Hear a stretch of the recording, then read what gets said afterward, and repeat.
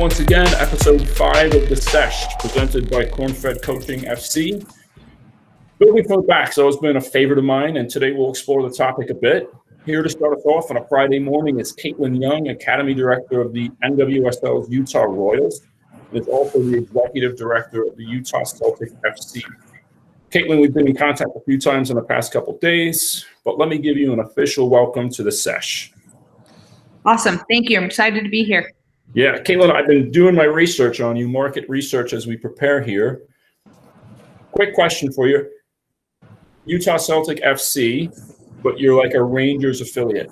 How does that work? Well, not affiliate with the real people, but let me give you the background. Is in my town, there were 2 clubs, Celtic, which was the girls, which the lady who started Celtic started the same year that the Boston Celtic basketball team was on fire.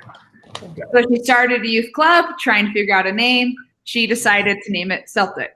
When we also had the boys club, completely different affiliates, had been Rangers off of the Rangers, the actual Rangers team. Yeah. And then about 6 years ago, we decided it was silly that we had 2 dominant clubs in the same valley. But obviously then there's the pride that no one wanted to give up their name. So we were going off the ignorance of Utah soccer fans that no one would really know the conflict of having a club named Celtic Rangers. Yeah. And we have been pretty successful. We do have a couple critics that catch us every now and then, such as yourself. I would have lost my credibility with some of my Scottish friends, both of which who are Rangers fans who were livid. The sports performance player or the sports performance coach at the Royals is a die-hard Celtic fan, and I get crap about it every single day. Well, I don't feel as bad then. Yeah. I'm super excited to dive into the session a bit here, and to help us out today, we do have our panel. Adrian Parrish, who's the Academy coach and affiliate coordinator for the MLS's FC Cincinnati, and new to the Sesh panel is Sue Barr. She's the DOC of Girls Programming with Penn Fusion Academy. Sue, welcome to the panel. It's been great to get to know you as well over the past couple of weeks. I'm excited about you joining the conversation. And you? And Adrian, how are things going for you? Things are fantastic for me, Damo. I came off one of these things that I believe you in America, you guys call a vacation. It was vacation or a holiday. First vacation in 9 years. Now that I realize, Caitlin, that Mr. Wiseman, I believe, would be the person that you are talking about, I will make sure that I have a conversation with Andrew about this one, just so we can give you some more grief during this. Well, it's toxic at the office, so don't put salt in the wound anymore, Adrian. It's not necessary. Any more than you need to. Yeah, Andy's a treat to work with. Andrew's a great guy. And if Scott Wilson's watching on the live cast somewhere, I've done that for you, Scott. That last 4 minutes was all for you. So, Caitlin, this is the 5th episode. And Adrian, as you know, no surprise, 5th episode, we're going to have a question for you. Sue, this will be new for you, but I did give you a warning. So 5th episode, who is your favorite or most influential player to ever wear the number 5 jersey? So specifically, where the jersey number did not have to play the 4 or 5. As the host, I will kick off, and I will say it's Fabio Cannavaro. Being an Italian, of course, Damo, you have to pick Fabio Cannavaro. Pretty much, yeah. Yeah. Adrian, well, I'll let Sue go first. Caitlin, I'm going to let you go last, but that's fine. Yeah, that's fine.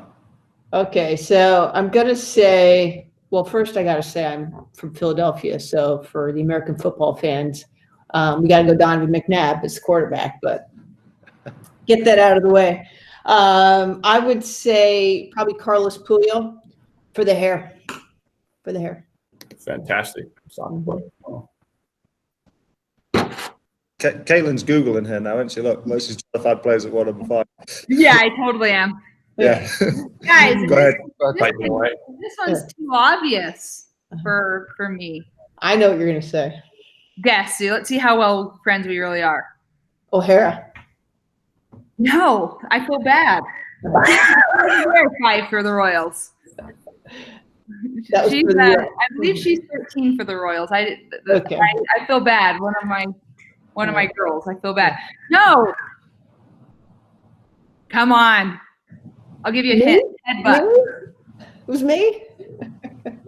Well, obviously, your friendship goes way back between. Dane, come on, guys. Got nothing. Yeah, Zinedine. Yeah, Zidane Zidane yeah. is my number 5. That was the first guy that came to my mind. Okay. All right. Fair enough. I can't Well, say my favorite. I'll say one of the top, but I mean, he was the first guy that came to my mind. Definitely. I will tell you that mine will actually, you probably have to bring out the VHSs to watch mine. That I never really saw him play, but did used to use my father's VHSs there to watch Franz Beckenbauer play. Oh. It's in part about Franz Beckenbauer, obviously as an Englishman picking a German during my very, very first coaching license back in England. I happened to have Caitlin's topic today, which was playing out the back. And I decided that during a demonstration, I would have the centre back stepping forward, like is very, very well known today. But back then, when I was taking my courses many, many moons ago, that was not allowed back in England. And I turned around to my instructor and said, well, Franz Beckenbauer did that. And didn't go down too well as explaining that to the English FA, but I would still say that Franz Beckenbauer was probably one of the best players to ever wear the number 5 shirt. So Confidence. So you have to be in these coaching courses. Probably that's why I'm so involved in the coaching education these days. I'm very opinionated, as we all are. So, Well, speaking of coaching education, let's figure out what's going on with this session, Caitlin. So our first question for you would be, we bring you on the sesh, and thank you for coming on. You could pick any topic you want. You went with building out of the back as a theme. Why? Yeah, it's a great question. For a handful of reasons. One, I think that we are seeing at some pretty high levels that it's very effective. We look at Man City, we look at some of these English Premier League clubs that are doing it well, and it's showing a lot of success. But then I also think it trickles down all the way into the youth game, where these principles and these ideas of building on the back and creating space, vertical space especially, can really benefit every single team. So for me and every team that I've interacted with, it is 100% the foundation to being able to have strong attacking football. It allows teams to set up the space in order to go forward. And when done right, I believe that you can walk it into the back of the net. And it's the big foundation for it. So for me, I mean, when I start with teams from 10 years old to a 2001 team that we lost in, the national championship last year, building out the back is our go-to. It's the way we play. So it's 100% the root of my coaching and my philosophy. Awesome. And I think Adrian might have some questions for you on that later on, but let's get into the first activity. Adrian, just keep that on the tip of your tongue about maybe how your philosophy could change in situations. So, but if you want to jump on the screen share, and let's get going and see what your warm-up looks like. All right. I guess we can call it. Yep, so I'm going to take the screen. So as we think about building out of the back, I am a big believer in positional play. And within positional play, the idea of we move the opposition by moving the ball. And when we move the opposition with the ball, every pass, every movement is going to have a cause and effect on the opposition. And that's what we have to train the team on how to make their decisions, is what did the opposition do and how do I make my decisions off of this? So as we start into the session, is it building out the back with an idea of positional play, not exactly positions as in 4, 5, 2, and 3, but the positioning that we have on the field in channels, the position we will have based on lines, either in front of a line or behind a line, and how we're going to use these tools to build out the back. So to start, it's very simple rondo. So it's a 5v2 rondo, And you can see it's an identical 10 by 10 grid connected. So we end up getting a 20 by 10 grid. So 5 players on the outside, 2 players in the middle. To begin, the defenders have to stay in their grid. So as the ball slides up, as we penetrate forward, then our outsides are going to slide, which is to create that same 4v1 on the other side. Defenders, once they win the ball, just a quick change on the fly with whoever kicked it out or whoever lost possession of the ball. We'll want to keep it intervals. This is a pretty intense rondo, so 90-second play with a 30-second rest. And then the progression of this rondo will be to allow the second defender to enter, which obviously changes our picture and it changes some of our coaching points that we're going to have with this. So as we get into this rondo, what are our main coaching points? So first one, again, we're trying to change the opposition. And a big thing, and I'll paint this picture as we go throughout the session more, is committing the defender. Or a word that we used up at the Royals with the first team that I really liked was engage defenders. So the one thing that we're going to have to do is try to bring them forward. And once we bring the opposition forward, now we've created some vertical gaps or vertical space in behind them. And now going back to the positional play, we have to teach the players on reading the defenders. So if we look at this player here, which would represent a 2, this would represent a 4 when we get into building out the back. This player is in front of the line. So it goes ball, teammate, defender. So we're looking at our pressure. That was originally the problem. Can we split? And if not, ball comes in. We're still in front of the line. They drop into a pretty good pressure cover. Well, we've now changed the picture, which will allow us to get out the other way. So that's the first coaching point that we would have in this rondo, is understanding what we can do with the ball and how do we make the decisions if we are receiving the ball in front of the line, and how the cause and effect of playing someone in front of the line changes the opposition. A buzzword I think we use as coaches is play simple. Play simple, play simple, get it moving, play simple. My challenge for that is, what does that mean? Why do we play simple? What does it do to the opposition when we play simple? So can we give some meat? Can we give some context? And can we give some knowledge for our players to be able to read the decisions and make the decisions off of playing simple? Going forward, so that's in front of the line. The next one would be playing around the line. So we have our commit, our defender, pressure cover. Now we're really going to look at this cover. As this cover is pinched in a little bit more, what's the behavior of this player? Can this player, prior to receiving the ball, get behind the line? Where now it goes ball, last part of the line, teammate. And soccer is telling us if we receive the ball here with a good body shape, a good touch forward, we should be able to go forward there.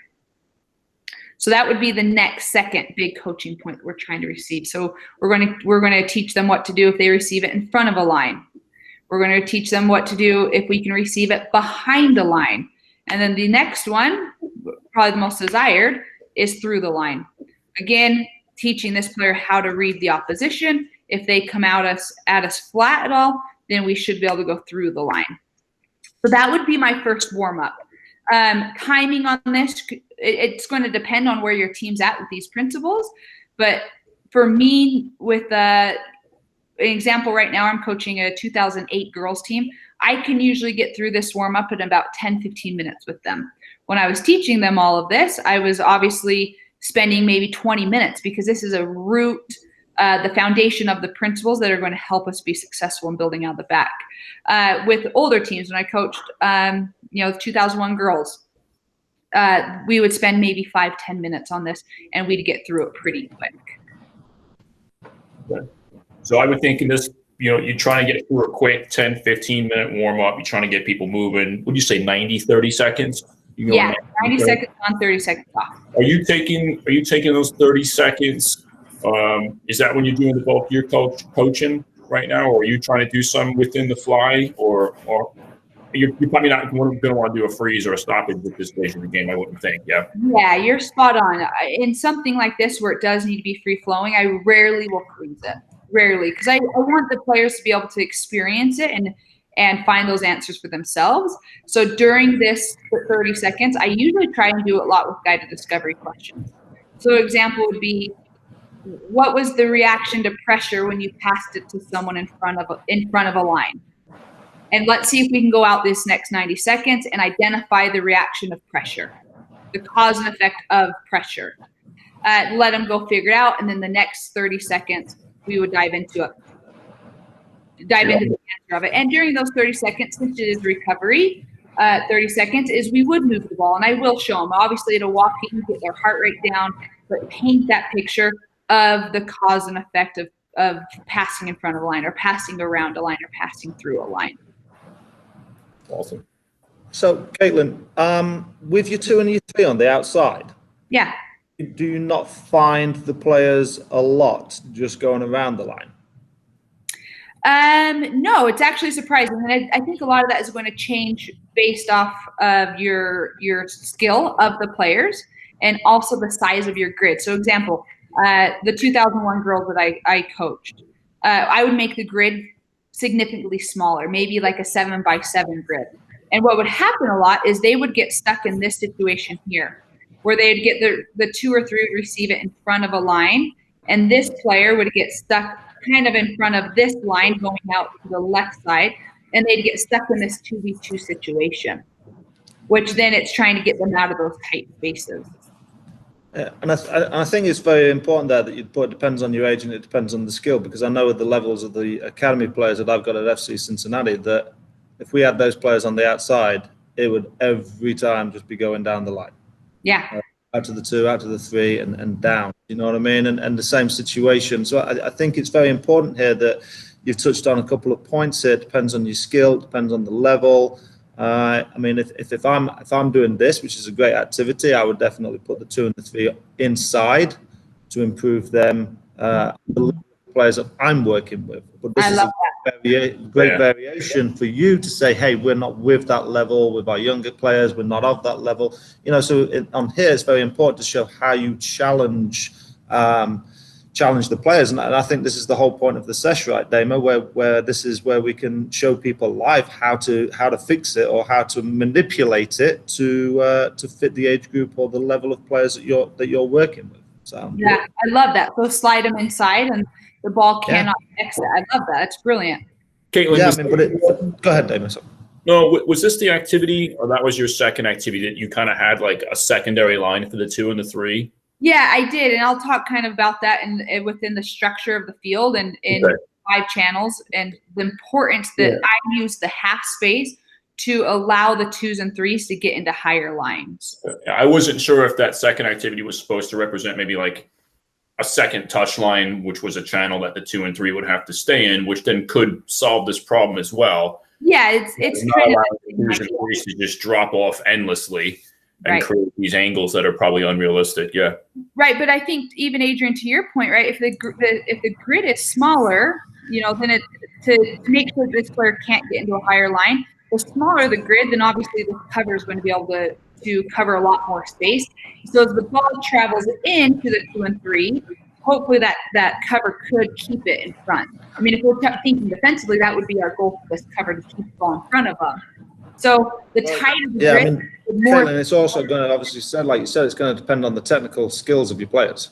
Can they execute it? You know what I mean? 100%. I mean, like, so yeah, I mean, at some of the younger levels, you're not going to expect them to execute it. But a progression up for me would be another progression is, hey, can you move those defenders in to challenge them as well? You know, sorry, move the 3 in to challenge them, because that is the concept of what your session's about. You know? Right. No, I love that. Hey, and Caitlin, because, you know, all of our players, they love to compete, they love to win. It'd be easy for you to just adapt, and I'm assuming you probably do, where you've got a point system going on. I mean, you're going to be able to bring out these positive behaviors through. Can you play around? Can you play through? Can you play in front of the line? Totally. Yeah, so there's a lot of fun things. I think this is a very common trend across a lot of rondos, you know, where we say, if you connect 10 passes, defenders, you have to stay in again. Or if you get split twice, you have to stay in again. So even if you win it, you have to stay. So I think there's some fun incentives that you can do to encourage going through the line or encourage keeping the ball until we can go forward. Another thing that I love to do that my players probably hate, but it's really, really great for me, is I'll tell the team, I'll say, I'm going to put a special time on my watch. And at the end of my watch, no one knows, only I know, when my watch goes off, whoever's in the middle is going to have a consequence. So it's just the anticipation. I could say, guys, it could be 20 seconds. It could be 2 minutes and 35 seconds. So the anticipation of when is she going to call it, and I don't want to be in the middle. And I think there's a lot of fun ways that you can do to make it competitive and keep players from not wanting to be in the middle, and keep incentives to keep the ball moving, so that they don't have to go in the middle, or so that the middle players have to stay in longer. Yeah, and then you said the transition piece for the defenders was just simple. You're exchanging with the player who turned over. Yep. Yeah. Okay. Which then allows for that freedom, in my opinion, to kind of have those other incentives, for the special time on my watch, or if you get split twice, you have to stay in again. So by having a free-flowing change between defenders and attackers, it allows for those things. And I have found if you keep the defenders in for a certain amount of time, they really get deflated. It's exhausting. Yeah, I bet. If we do that, then we have to start looking at our intervals, and maybe it's around 45 seconds in, 60 seconds in, which then that really kind of hurts the purpose for the attacking team, because they can't really get the picture across in such a short time. All right. Do we want to skip on to the second? Let's fire on. Press on, Kate. Let's break it down. I like that one. Onward. All right, good. So kind of the same ideas, just a little bit bigger picture. Grid's bigger, 25 by 20. Now we're kind of giving them actual assigned positions, where you can see we have our 2s, 3s, 4, 5, 6, 8, and then a 10 up here. Again, intervals, 90 seconds on, 30 seconds off. Now there is a point system, so the defending team will stay in. But to go back to my point of when you have a defending team stay in, we have to provide them an opportunity to transition and score, or else their motivation will go down. So the point system, attacking team, 5 passes would be a point. Defending team, if and when you win the ball, you can either dribble outside of the square or complete a pass outside of the square, which obviously the attacking team would be able to prevent that. Go for 90 seconds, find your winner. So coaching points that we're trying to find here, again, we're still going to go with that same positional play of the cause and effect. So at this stage, I like to introduce a half space. So the half space, I apologize, I should have put lines on here, but we have our flank, then we have the half space, center channel, half space, flank. So I love to teach this half space because of the confusion it causes between for the opposition. And then based off of the opposition's choice, we're forcing them to make a choice when we receive the ball in a half space. We can exploit where they're not. So again, going back to the root of my philosophy, it's a cause and effect of what we do. So ball's in the half space at this channel. So going back to the 4v2, we want to commit a defender. Okay, from here, can we move the ball, okay, to the other side? Which again, receiving the ball in this half space, this is where we're talking about who takes this player in the half space. If it's the outside player, we've now exploited this space to the left, which allows us to receive the ball around their line, which would allow us to go forward. So kind of carrying off the same principles. And that's what I love about this session, is in that 5v2 rondo, the coaching points now become very apparent in this, which look more like the actual angles and positional setting that they'll see in an actual game. Caitlin, sorry, I don't really like to step in on what I'm presenting. Can you just click that there? Can you just click that point? Yeah. So, and it's the only reason I'm stepping in here is because of what I said at the beginning about, our 4 and our 5s now bringing the ball out of the back. It's a trend now, and we all mention favorite players that are capable of doing that. Do you allow your 4 and a 5 to do that in that situation? To what? Build the ball out? Allow your 4 and a 5 to come off that line, because in that moment there, if that space is opened up and I can drive a double-decker bus through there, So do you allow them to do that? Yeah, absolutely. So let me paint this picture for you. Yeah. Let's back up even more. Right, is the ball swinging across from here? Yeah, we want this player to engage this player. Yeah. Yeah, okay. Absolutely. Yeah. So that's such a great question. Thank you for asking that, and we'll make sure we get that. The reason I asked that as well, Caitlin, is because I don't think a lot of coaches, youth coaches, are scared of even letting a 4 and a 5 doing that. Right? Yeah. You know? So. Well, no, I really appreciate that, because absolutely. So there's ways that we can engage players. If we look at this picture here, if the 5 receives the ball here in this half space, if this player does not engage or change this player's decision making, it does nothing, right? Because at this point, this player can just cover the 3 and the 6. They could right back in the same situation. So this player has to do a good job of engaging this player. So the methods I found that work well with that is one, just taking a big touch towards that player, dribbling at them, and having them step forward. Or in a situation that probably wouldn't work in this one because of this 9's recovery, but just holding on to the ball. But yeah, absolutely. So this is fluid, that the players can come in and out of this. Okay, cool. Yeah, so again, we're just kind of getting the same principles. So we're playing at this point around the line, and then which will allow us to go forward. Going back with that 5v2 is what happens if we were receiving it in front of a line, which we see this picture happen a lot, right? Where a 4 or 5 will receive it, the 9's pressing, this would be the opposition's 11, and we are in front of the opposition's forward line. But that's fine. It's okay to give them this ball, where I feel like a lot of teams are afraid to give them that ball. But now we can just watch the cause and effect of them. If they stay, pressure stays, we should be able to split.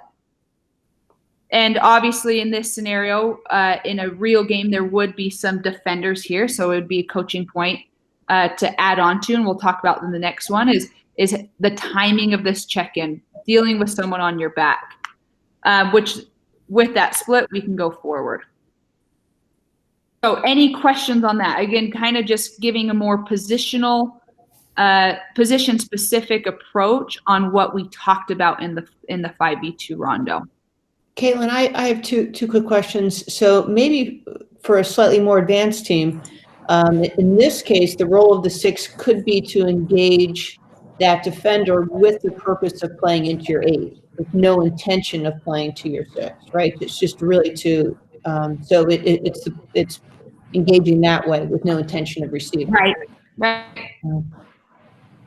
The other thing I was going to ask you about was, of course, we always have to think about our goalies. So would you put your goalie in a role of the 4 and the 5, or maybe you could even have them behind your 4 and the 5, dictating some of the movement here? Yeah, I think that's an interesting part. So I think the 4 and 5 is important to be here, because it's such a decision-making process. I believe that if you want to build out of the back properly, you have to have amazing 4s and 5s that can distribute, right? You can watch any of my teams, my 4s and 5s. Their number one quality is distribution. They're my best distributors on team. So I would not sub these guys out for keepers, because I think this is a very important part for them to learn. I think if you want to integrate a keeper, I'd love to hear your guys' thoughts, is maybe change out your 10 for keeper and tell them to play that target in to your keeper. Okay. Yeah. Any thoughts of those still adding the keeper behind the 4 and the 5? If the Reds win it, they go to goal, and then your back line kind of, upon winning it, could almost like transition to the defending, and then you could also then again see your principles of building out of the back upon winning possession. Yeah, I love that. So putting a keeper and a goal back here. Yeah. Yeah, and it would obviously still be tight, or we could add in more defenders to make that picture a little bit more. Yeah, and the reason why I just add that, Caitlin, is my idea is just, well, one, because I think it's very on this, it can become very structured. Okay, you just win the ball. If the Reds win the ball and you dribble out, if the Reds win the ball, we want to give them a purpose. And then it's always kind of the same picture for the Blues of how we're building out of the back. Right.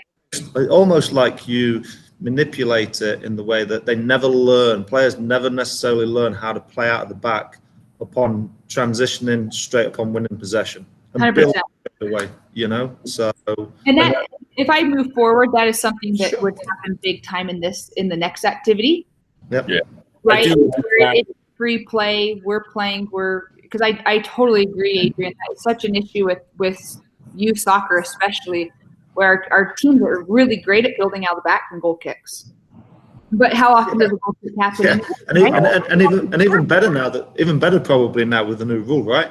Yeah, 100%. But can you actually attack and defend, win the ball, and then transition? I mean, that is 100% missed I shouldn't say 100% missed, but that is missed all the time in training sessions. So I see exactly where you guys are coming from. I think that would be a great idea to start maybe having the progression on this. I do like how kind of black and white this will paint the picture, which will allow for success in the next one. But maybe that would be a great progression to start adding in a transitional element to this.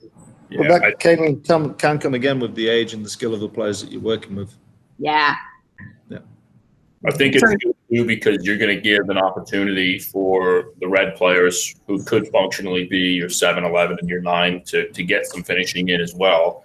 And so I think is always going to be in some of our environments something that we tend to forget a bunch is working on finishing. And then, so there's, to me, a truer transition piece when we're going to a big goal. And then I think to Adrian's point again is your blue team is going to have to get compact and look to win it. And when they do, now they've got to reestablish this shape naturally in the flow of the game and not just have it be these pretty little starting positions that we put out for them. So I think would be a great way to progress this activity.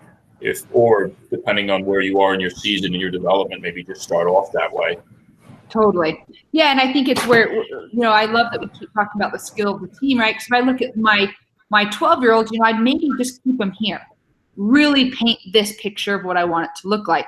But now with my 19-year-olds, now maybe we need to add in that transitional element right from the start. Right. Mm-hmm. Totally. Awesome. Let's talk about the next activity then, because I think that's going to be a bit more what we're talking about right now. Yeah. So I think, there's so much research, there's so much going on that, if we want the kids to be good at playing soccer, make sure they're playing soccer. So obviously this is a huge part of it. And I would spend majority of the session here in a scrimmage of giving a very game-like realistic picture. So I have balls here starting. Once a ball's out, it's live play. So if it's a red throw-in, we're going to throw it in. We're going to do all the game-like things. So set up, full width of the field, 10 yards off, so 70 by 7 field, an 8 by 6, so 8 attackers. We have our back 4, our 3 midfielders, and our keeper versus their top 3 and their midfield 3. Points, blue is going to score by hitting their target or these angled counter goals. And then obviously the non-focus team, they're going to score on the large goal. So at this point, we do get major transitional pieces. We're going to get the whole picture it's going to look like. Coaching point, same thing that we're looking at, right? Committing the 9, finding a numerical advantage on the other side. Adrian, to your point, driving in and committing this 7 on the opposition, right? Which would then allow our 3 to receive it in a higher line and hopefully go forward. So I just illustrated this one. Obviously, we talked about, I did do more, actually. Ball comes in, and hopefully I've painted the picture well of from the rondo into the small side and now into this, receiving in front of a line. Can we split, bounce back out? Oh, sorry guys, I'm ahead of my graphic. So playing in front of the line, can we split it, which would then allow us to possibly get out this other side. We're watching cover, same thing that we talked about in the rondo all through the session. Cover drops in. We should be able to switch it out the other side. receiving in a half space, engaging their 11, getting out. So kind of just seeing the same picture and how it plays out into the full game through the positional play, through the cause and effect of moving the ball and what the opposition does, and really just having our players starting to understand the cause and effect and what the proper decision is out of that. So question would be for Adrian, for Susan, and obviously for Caitlin. So looking at this activity, one of the things we do, we design sessions, and then we have to execute them as coaches. One of the big things that we do within sessions is to manipulate the environment at times when appropriate. How could we, or how would you guys go about manipulating these activities, this activity specifically, if you needed to, based upon it could be a seasonal thing, opposition, preparation for a game, or any of those factors? Well, I'll just come out on a couple of things. First of all, which comes to mind is that we have to also make this practice rewarding for your reds, right? For your pressing.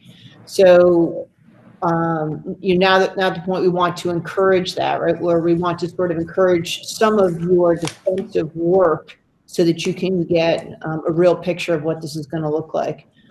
I think we also want to get in some throw-ins, some more natural restarts that would happen in the game so that we're not always in the same picture, because the reality is this isn't what our center backs often look like, and to make that true. The other thing I've been thinking about is, because Caitlin, you mentioned that you're working with the 2008s now. So yeah, with the U13s, I don't know about you, but don't you feel like that, with U13s, with the big field and the big size 5 ball, they can't, their technical execution of these passes really isn't there yet. And so I think that we almost have to modify based on some of those U13, U14 ages in order to be more like shorter, crisp passes than playing some of these skip passes. What are your thoughts on that? So my thoughts on that. So like my girls, it's half space to half space. Mm-hmm. So we're looking about a 40-yard ball, which my center back, a lot of my girls can actually strike that fairly clean. Mm-hmm. And they're good. We're one of the top teams in Utah, so they are better. They are a solid group of players. But one modification that I have done, which I think is very powerful for them, if they can't knock this ball, then it goes back to the keeper. So another maybe a 20, 25-yard ball here, and then the keeper is playing a 20, 25-yard ball. So yeah, I do think that teaching them alternate ways to get there, maybe it's into the 3, into the 6, and then back out. There's ways that we can do that. Mm-hmm. I do think going into, U13, teaching them to use the full field is crucial. Mm-hmm. And forcing them to get comfortable with it is crucial, and to be able to knock these balls. And we've been able to find quite a bit of success with it. Right, and psychologically, they're going to lose possession a lot. So getting buy-in that's going to happen, and we're still going to forge forward. Yeah, but you know what? That's the fun part about development. Mm-hmm. A story that I tell with this group, this 2008 group, is we played a team 2 years ago, and I told them, hey, we're going to pass back to the goalkeeper, and we lost this team 9-2. We scored 4 of those goals by passing back to the goalkeeper. Right, and they were down, but it's all about our behavior as a coach. Mm-hmm. And we pass back to the goalkeeper, and I would sit there and clap and say, "Hey, that's the right idea. We're going to get better." And they were learning from their own failures and through their own experience. And we played that team in State Cup, and we beat them 5-2 a year later. And it was due to building on the back. We were playing with our goalkeeper, stretching him vertically. And we were able to do these things. So I think a lot of that discourages completely behavior coaches. Mm-hmm. Our emotions that we show during their learning experiences, during their failures, and how are we reacting to them? Mm-hmm. Yeah, and I think that's great, Caitlin. Because I think everyone upon this call and upon this panel and whoever's live and listening, I'm hoping that there's two types of coaches, I guess, really. There's player developers and there's player users. We are all player developers within this panel. So it kind of answered my question there. You've already answered it. Do you ever change your philosophy? You know, because I mean, we're all now watching the end of the seasons come, you know, or apart from the MLS is the start of the season again, and the NWSL, you know, and with the commentators are talking about, hey, coaches changing their philosophy, changing their style. As a youth coach, you've kind of already told me, hey, you don't change your philosophy depending on the style of play that the opposition is doing. However, how do you manipulate that? You personally, as a youth coach or an academy director, how do you help your coaches manipulate that to show different styles of how they may be facing different opposition? Yeah, I think that's super important. How do you teach a high press when your team doesn't high press? How do you teach when a team wants to park the bus when your team doesn't park the bus? Yeah, or you know, this is a very unique situation. I mean, this whole session has been built off of the opposition, assuming they're in a 4-3-3. What happens when they're in a 4-4-2 and they're playing 2 up top? You know, these are all pictures that we have to be able to do. One of my beliefs is principles. So no matter what we're playing against, these principles will still apply. But knowing, you know, let's say we know we're going to play a team, even in the youth game. I don't think there's anything wrong with this. I mean, obviously in the pro game, that's what we do is we scout the other team and we're preparing to play against them. But in the youth game, there's nothing wrong with saying, hey, we're going to be playing against, you know, Rangers on Saturday, and they're going to play a 4-4-2. So the red team, I want to set you up in a 4-4-2. Obviously, the important part is to make sure that they're educated and they know very clear and concise communication on what you want from them. And even more important is that they still get opportunities to participate on the focus team at the youth game. So I think I think there's changing the way you want, and you know, maybe you have an assistant coach that's focusing on the non-focus team, who's you know kind of commanding and driving their behavior to really paint the picture that you want. We're not all privileged to have assistant coaches. Yeah. No, I am, but we're not all. But no, your point is that, I mean, it all does depend. I mean, my point was, do you ever change your philosophy? I don't change my philosophy, but I will change the picture. Okay. Yep. And I think the powerful thing about that, Adrian, is that you don't change. I don't change my philosophy, but I'll change the picture, and then I can show my girls how these principles of play still apply no matter what. Well, I think some people can say your philosophy is okay. If you're playing out the back, it's playing out the back still. It has to go through the 4 and the 5, the 6 to the 8 to the 10, and you know what I mean. Sometimes playing out the back could still be from your 5 through to your 10. You know, it doesn't matter. I think it all depends on we always play what the opposition give you. 100%. You know, one thing that for me, and this was a big thing that with, you know, my 2008 to my U13s are a good picture of this, because I just pounded this into them to the point where my goalkeeper, I mean, to my fault, she never learned how to punt the ball. And now all of a sudden every team knows what we're going to do, and we were just getting pressured like crazy. And the powerful tool of, you know, pulling her aside and saying, what are they doing? Well, they're stepping high. Okay, so where's the space? Oh, it's behind them.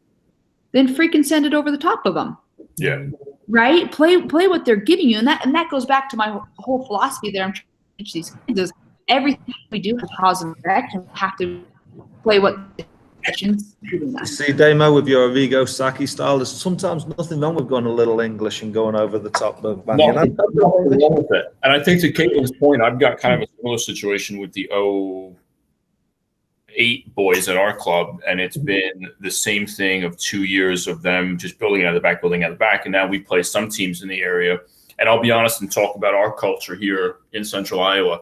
We have some really fantastic coaches here who will work and collaborate together from different clubs and say, look, I know you want to build out of the back. I want to as well. Let's, for the first half in the game, just drop off and let our guys build out of the back. And maybe in the second half, we'll give a bit more pressure. We'll make it a bit. Wow. There's other clubs that are just like, I don't care, I want to win. And they'll press 5, 6 guys popping around the box. And I had to, you know, basically after 2 years of being in the same situation and losing games and having kids, like, these kids are going to quit soccer eventually. You got to tell little David, just punt the ball. Eventually, and you'll yell in games, like, punt the ball. Eventually, they will drop off because, our striker's rapid and he's going to score 2 or 3 goals real fast. And so, but yeah, I think as coaches too, we can collaborate if we can get on with each other and help development, inter clubs and stuff as well. So I think what you said about your girls, struggling and your goalkeeper is I think probably something that happens within lots of environments. Where we're just building out of the back, and then they don't learn how to do other things. So. Yeah. Yeah, and I just go ahead, Caitlin. Sorry. No, go ahead, Adrian. Well, I was about to say it's like that was the whole US Soccer's idea of the build-out line. Right. Let's be honest, the build-out line is not a build-out line. No. I'm not going to get on my soapbox here, but I will because you all know the build-out line is basically let's just line everybody up and press. Right. And that's unfortunate. I agree with Susan that the biggest and the toughest age group is this U13s, where you're changing the field, the size of the field. All right, you're adding a size 5 ball and you're adding extra players. All right, so trying to get players to build out at this age group, and then when nobody's actually using the build out line. However, you could look on the other side of it. Yeah, can you still handle the pressure? Because you're eventually going to have to handle the pressure. So that also helps in some aspects. All right, so being able to deal with the ball playing out of high press, because everybody high presses these days. Because everybody wants to win and everybody sees it on television. Everyone sees Jurgen Klopp doing it. So guess what? Jurgen Klopp's lifting trophies. All right, so that must mean we have to do it in the youth level. Jurgen Klopp's a player user. We're player developers. That's where people have to understand. So I agree, Damo, 100% with you. Iowa is a fantastic state. I came there back in February. I've never been really in a state where I've seen so many coaches collaborate from different clubs and work together. All right, so I'm glad that this is recording. So all my fans in Iowa, which is just 2 of them, you and Ross, can hear that. So that's really cool. Nah, it's definitely something where we do a good job, and it's not all of us, like I said, but there's 2 or 3 of us, 4 of us at some of the bigger clubs that definitely do. What are your thoughts? This has nothing to do with the Sesh, but it has to do with what we're talking about, and I want to ask it. What are your thoughts about field sizes? Obviously, at 13, 14U, going to 11v11, staying at 9v9. Do you do 11v11 on a modified, smaller field size? Are there things within development that we could be doing to help a game that at 11v11 on a full field, unrealistic technical expectations from players to make some of these passes, and then really no real transition in the game at all? It's just sometimes not very pleasant to watch. I have 2 thoughts on that. Is one, my soapbox, I think 11v11 is way too big for U13. So way too big. Example, I'll have girls go out there for 30-minute half, and they'll play out on the outside, or they'll play the 8 and they won't touch the ball. I do think that I think it's way too big. I think it doesn't give the kids adequate repetition they need. It's too big for their field, for their bodies physically to cover that much ground. I think it's way too big. On top of that, the transition, I think that there are ways as youth coaches that we can prepare 9v9 teams to do this exact same thing in the 9v9 game. So like an example with my group, I ran the same, this was my formation for my 9v9 team. I ran back 4, center 3, and then a 9. Right. And my 2s and 3s were up and down the flank. They were 2s and 3s and 7-11s. So I do think they're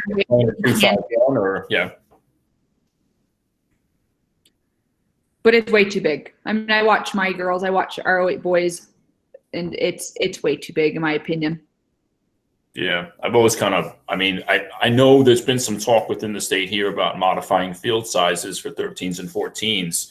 And honestly, I kind of feel like the only reason it's not been done, and it's the wrong reason, is that it's about lining more fields, it's more work. And so, it's just, it's the logistics getting in the way of development. Right. We always find a reason not to do something instead of finding the reason to do something. Yeah. Yeah, that's good. I still just find the size 5 ball is pretty challenging. It's just crazy that I think a 12-year-old, because really a U13 player is 12.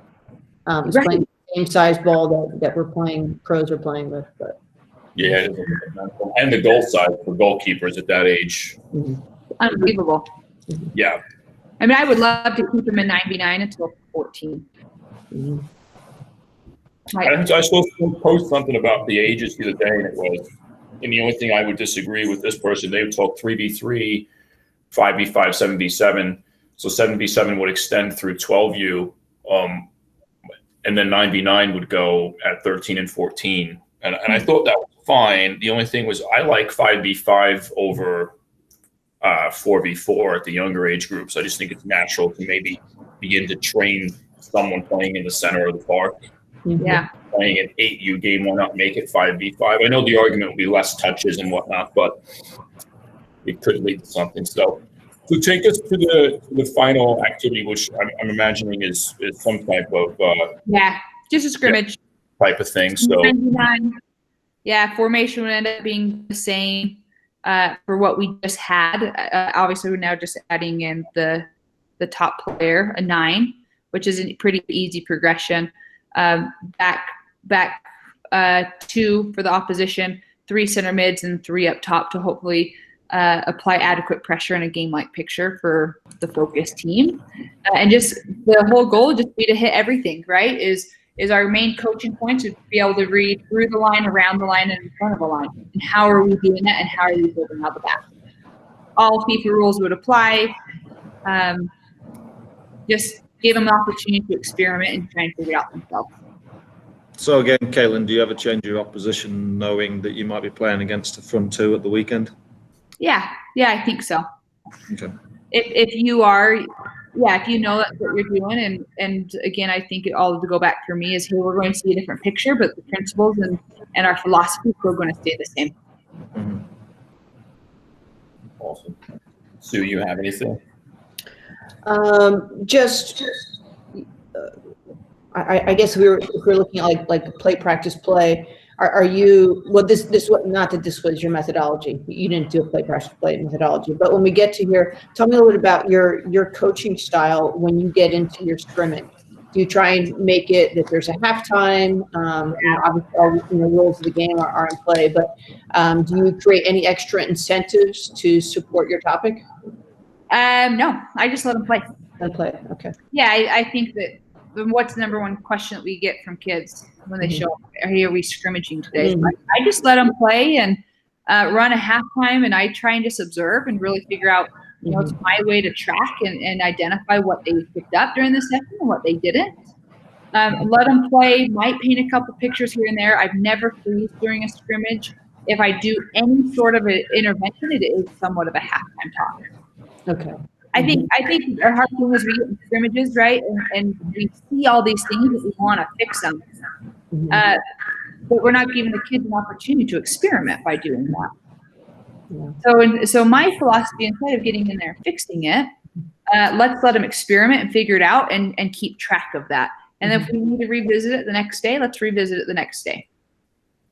Would you go in and paint a picture at any time? No, not during the scrimmage. Okay. Maybe I'll ask a question, maybe in the flow, a guided question, during it. Of, hey, what line were you in there? Oh, you were in front of the line. Okay. Did pressure change? No. Okay. So what's your option? Oh, I could have split it. All right. Let's try and do that next time. Just very basic. Let's go play, and I'll try and help you out while you're doing it. Yeah. I think it's a hard skill for us as coaches to learn how to coach and change behavior in a game too. So my thought on the scrimmage is I geek out and I sit on the sideline and where I would sit in the game, and I feel like it's my opportunity to learn how to read the game and make adjustments on the sideline, and to see how effective my team responds from the side. Do you ever kind of like, so this? Obviously, we talked, Sue just mentioned about how it's not play, practice, play. But I know when we spoke, you talked about maybe if I wanted you to show a play, practice, play session. Like, what are your thoughts on play, practice, play, that methodology? Do you use it? Can you blend methodologies? Totally. So I am the biggest believer in play, practice, play. So for Celtic and Rangers, I mean, the curriculum that I've written is anything pretty much U11 and younger is play, practice, play.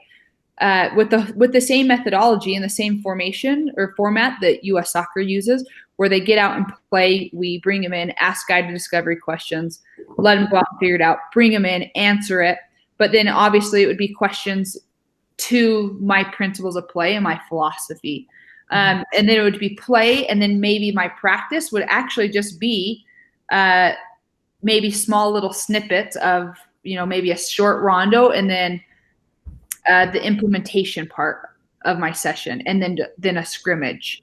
So what is your definition then of your initial play phase? What is play for you? Is that strictly 4v4, 3v3, or can you consider a rondo being play? I think it needs to be a directional play. So 2v2, 3v3, 4v4. Okay. Just get them out there playing, experimenting. But I think there's so much of the holistic approach that play, practice, play brings, right? Again, kids want to play. I ran, so with my younger girls, my 2008s, I ran play, practice, play. This is really my first year out of it with them. And from my own experience, my girls were getting out of their car and running to the session because they knew they got to play. And I'm like, that's what we're missing. This is a powerful moment for half an hour where these girls can have a little bit of direction, but they just get to go play and start getting ideas of what we're going to work on. So I'm a huge believer of just play right at the start of the session. Your 08s are going to be your 13s now. Is that the team that you're currently coaching? Yeah, so I did that. So my 08s I'm currently coaching, and then I just graduated out my 2001s. So Okay. they just graduated this year. So at 13, you just said you're not doing play, practice, play with them anymore. Is that something that if you train on a Monday, Wednesday, Thursday, I don't know how many days a week you train, but I think for most of us, it might be 3 days a week. Like, would you do it one day? Yeah. So you're I'll mixing methodologies within the course of your cycle that week. Yeah. So I'll go something similar to what you saw here. This is probably typical, but I actually usually go Monday, Wednesday, Thursday. Wednesdays is kind of our middle breakup days, and I'll usually go an hour, and it will be a lot of play, rondo, play is kind of a typical methodology. But my rondos are a very big part of my methodology and the principles and the ideas that I want to teach. So my whole attacking philosophy is those three things you see right there on the screen: through the line, around the line, and in front of the line, because that applies in the way I coach throughout the entire pitch. So the best way for me to teach those is in rondos. So there's very rarely a session that I don't run a rondo, just simply to get those pictures across of how we're identifying what line we're in and our reaction to that line. But then, like I said, on Wednesdays we play a lot. Just to get their morale up and keep it fun, keep it exciting, do a little tournament to keep it fun. I love that piece, to be honest with you. I think we similar structures as what we do at the club. We do our curriculum, and then so we go Monday, could be Monday, Wednesday, Thursday, could be Tuesday, whatever. But Wednesdays is usually a game day where we play small-sided games and do some technical stuff even. But it's all still on the theme of the week. So if we're building on the back, those games are going to try to bring out those situations. So we're staying on theme, but also giving kids a little bit of that free time to kind of just play street soccer and whatnot. So I think love that's good. Great idea. Well, and we'll, like I have soccer tennis nets. I keep 3 of them in my car, and we break it up with soccer tennis. We'll and we just mix it up, because I think with youth soccer players, if it's the same thing 3 times a week, it's exhausting. And by the 3rd training session, I think the kids, staff included, we're ready to take a break. But I think if you mix it up, then no one's ready to take a break. You're ready to keep going. And I think that's an important piece too. The staff is probably tired of it as well. And I think if we're tired of something, then we're not going to be as effective. Totally. And I think we've all had those experiences, right? Where we're on our 3rd training session of the week and we're doing the same thing, and it's the same methodology, and it's a ton of information overload. It's like by the last half an hour of your 3rd session, you just want to go home and take 5 days off, right? And that's not effective for your kids. Our kids aren't getting your best. I'm with you. Does anyone have anything else? I do have a couple questions for Caitlin. They're like related to the session, but hopefully what more could lead into a corn-fed coaching FC appearance on the other side on the podcast with Jack and John. So maybe give a little teaser out there if we could find some time to get you on that. But yeah, I appreciate the session itself. My only question would be, I'm not sure how we do on time, but real quick, Caitlin, I know you and I talked, briefly about this is your first year coaching with the Utah Royals. Really, really cool experience, and you said that you work a lot with set plays and restarts, and I know you can't give out all the family secrets, but because we've been focusing a lot today on youth at the youth level, is after you've been doing this for a season, albeit a shortened season. What are some takeaways from doing that and the youth environment with restarts? Because, as youth coaches, we're always, I don't think we do a great job with restarts because we want to focus on, the other elements of the game. So Totally. So this is a great question, Sue. I appreciate it. So at the Royals, and we were in a very unique situation, right? Where we would have a match and 4 days later we were playing again. So these 4 days was total preparation about who we were playing. And the amount of time that went into preparing for set pieces and the details of set pieces and, scouting the other team and what we're doing and whose responsibility is what and where. It became quite the job for us, is just identifying these set pieces. So it was kind of this change for me where the youth game, I never really ran them. To now all of a sudden the pro game of realizing, oh my heck, we are spending a ton of time on set pieces. And this aha moment of why don't we do this in the youth game? And I being a director at a club, and I'm out there at the field and I watch people scrimmaging and there's a foul or there's a corner kick and they say, oh, just start with the goal kick. It's like, well, wait a second. Yeah. Like, this is a great opportunity to teach them. And obviously in the pros, it's very particular of, you are here. This player, you are here. But can't we still take the time and teach our kids the basic ideas and needs and necessities of free kicks? Defending. What are the areas that have to be defended? Or do you believe in covering front post on a corner kick? Or do you do front and back post? Do you zonally mark? Do you man mark? And do your players know? And I would dare say a lot of teams don't cover this. I know a lot of my teams within my club don't cover this. Attacking. Are our kids educated well enough to know how to frame a goal?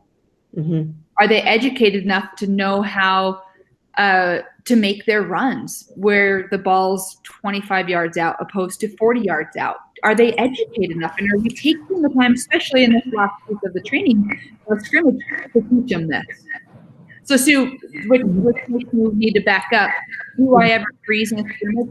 This would be a great opportunity. I'm kind of having an aha moment to run through set pieces. At the youth level. Yeah, absolutely.